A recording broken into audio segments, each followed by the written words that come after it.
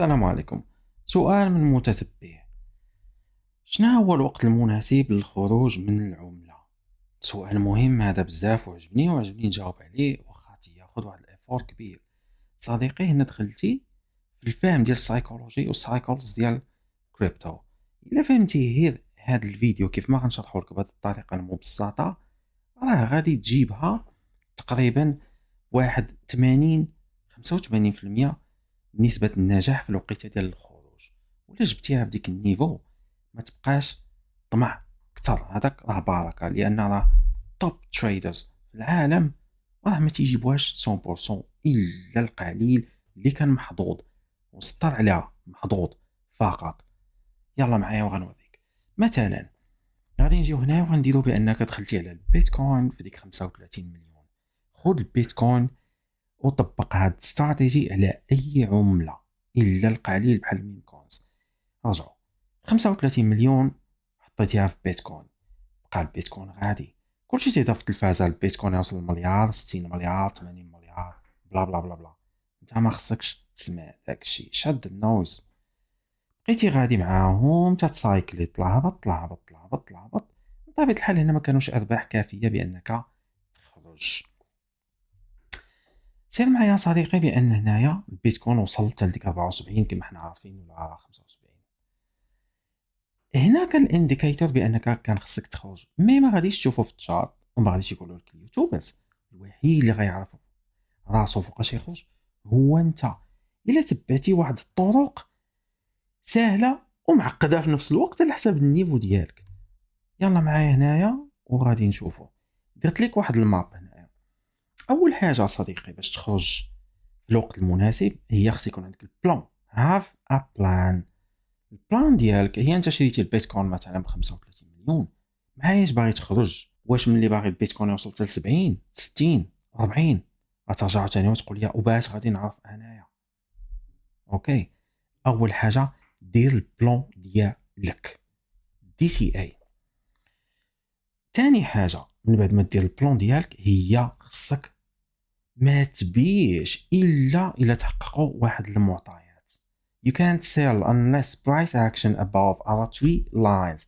ما تقدرش تبيع الا العمله ديالك الثمن ديالها كان فايت واحد ثلاثه ديال المؤشرات. واحد منهم هو الموفين افريج MA50 MA100 MA200. اوكي، شنو هما هادو؟ اجي معايا وغادي نشرحهم لك. شوف معايا هاد المابا صديقي اللي درت لك هنايا. تتشوف هاد الالوان، الخط الزرق الليموني شيبي، هذا الثمن ديال البيتكوين. شوف معايا مزيان، مثلا دخلتي هنا ملي كنساوي ب 35 بقى طالع غادي تطلع تتسايكلي هنا نقولوا كان في ديك 74. انت فين كان خصك تبيع؟ تبدا تبيع ماشي تبيع كلشي ملي فات هاد الخط الزرق. شنو قلت لك قبيله؟ MA 50 MA 100 MA 200. هنا تيبدا الانسان واللي عنده خبره في السوق وفاهم السايكل تيبدا يبيع دي سي اي. خديتي بيتكوين غتعاود تبيع مثلا منه 20%، غيزيد يطلع شي شويه غادي تعاود تبيع وغتبقى تبيع. ومن طبيعه الحال ما تسناش تجيبها في الطوب. نقولوا انت بعتي خديتي ب 35 وبعتي في 60، بارك عليك.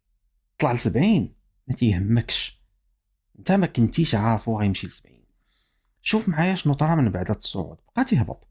هنا اخترق الخط الزرق واحد من الاميز، هنا زاد هبط، هنا راه قاص الليموني زاد بقى غادي تلعب تما وهو يهبط فات هاد الخط الشيبي. شوف معايا مزيان شنو قلت لك انا هنايا. never sell below this moving average. You always wanna sell when we are on the way up. ديال هادو هادو ما عمرك تبيع ولا تشري قبل البيتكوين ولا العمله اللي انت باغا تخترق هاد ثلاثه الخطوط. انت شريتي هنا دخلتي زهر هذيك يا لقيتي دارك اللي اكتشفتي كريبتو دخلتي ما تيهمش صافي. خديتي البيتكوين ب 35 طلع فات هاد المؤشرات، خاصك تبدا تخرج مولاي الصديق ولا غادي يخرجوكم. بعتي وبقى طالع ما شغلكش، ما تتبعوش، ما تشريش هنا. علاش ما تشريش هنا؟ اجي معايا وغادي نوريك. شوف معايا هاد الماب. هنا الخضر اوفر سولد، خضر شويه بيريش، بوليش اكستنشن في الاحمر، الاحمر اوفر بوكت. هاد الخط الابيض هو البرايس المعنى ديالها. الاحمر اوفر بوكت. ولهنا راه بزاف الناس دخلوا، وخاصه الريتيل واللي ما فاهمينش بداو تيشريو. هذاك المؤشر ديال انت خصك تشريه في الساعه بحالك. شوف معايا البيتكوين هنا راه كنا اوفر بوكت صديقي، راه كان خصك تخرج وفوقاش عاود ترجع. هنا رجع معايا التريدين فيو. حنا قلنا شريتي البيتكوين هنا، بديتي تتخرج هنايا، رد معايا البالة صديقي فين هبط هادشي. راه هبط حتى لهنا ل 61 وبقى غادي وتهبط هبط حتى لهنا كما حنا عارفين. هادي شي سيمانه ولا 10 ايام وصل حتى ل 56. يعني انت شريتيه في 35 وبعتيه في 74 وعاودتي رجعتي ودخلتي في 56، راك زدتي واحد شحال ديال الالف ديال الدولار ديال الكالكول ديالك ورجعتي. الا كان عندك بيتكوين راه ولا عندك بيتكوين ونص. ولكن باش غتعرف عاوتاني فوقاش غتشري هنايا راه نفس القضيه. غادي نرجعو هنا، ها هو ملي وصل الطوب بقى غادي تيطيح وفات هاد الموفين افريج، هاد الخط الشيبي. يعني هنا صديقي كان خصك تعاود ترجع تشري. ملي دخلتي هنا ب 35 وبعتي نقولوا بديتي تتبيع من 65، راك رابح 20 30 مليون دوبل. غادي ترجع هنا في 55 راك زدتي 10 15 20% للبيتكوين. ما عمرك تشري والعمله اللي انت باغيها مازال ما فاتت هاد 3 ساينز. شريها ملي تختارهم. فوقاش تبيع عاوتاني ملي تفوتهم. شوف معايا هنا مزيان صديقي، فاتهم شنو طرا عاوتاني؟ عاودات هبطات هنايا. شنو طرا عاوتاني؟ بقات غادا طالعه حتى لهنايا، وهي مازالت تتلعب. هي اللي حنا فيها دابا، فهمتي؟ حنا دابا من تحت من هذا.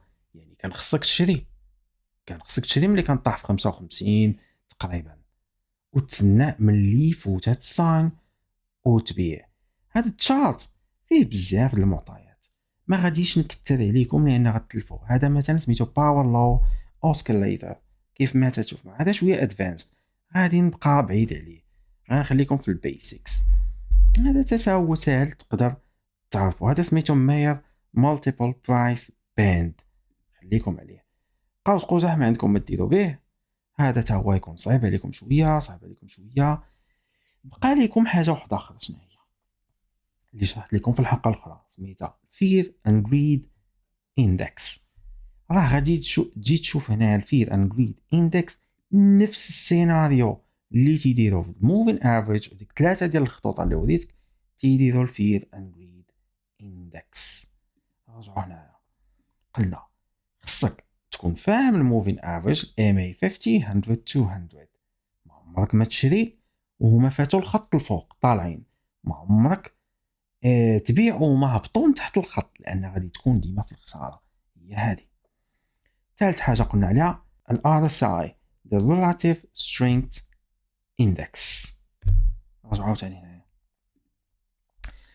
RSI من طبيعه الحال باش يخرجوا لك هاد لي كاملين خصك تكون تتخلص تريدين فيو. ما تنظن حتى واحد يخلص فيكم تريدين فيو. مثلا نجيو هنا نبغيو نديرو RSI تشوفوه ما غاديش يعطيك، خصك دير بريميوم. مي رد معايا البال واحد القضيه، الRSI ملي تيكون وصل 70% تنكونوا اوفر بوكت. شنو هي اوفر بوكت؟ يعني كاين الهيت في المارشي، سخن المارشي، الحمام سخن بزاف، خرج بحالك قبل ما تخنق. ملي تيكون RSI على 30% في البيع يعني راه القضيه غادا تحماض بالتدريجه.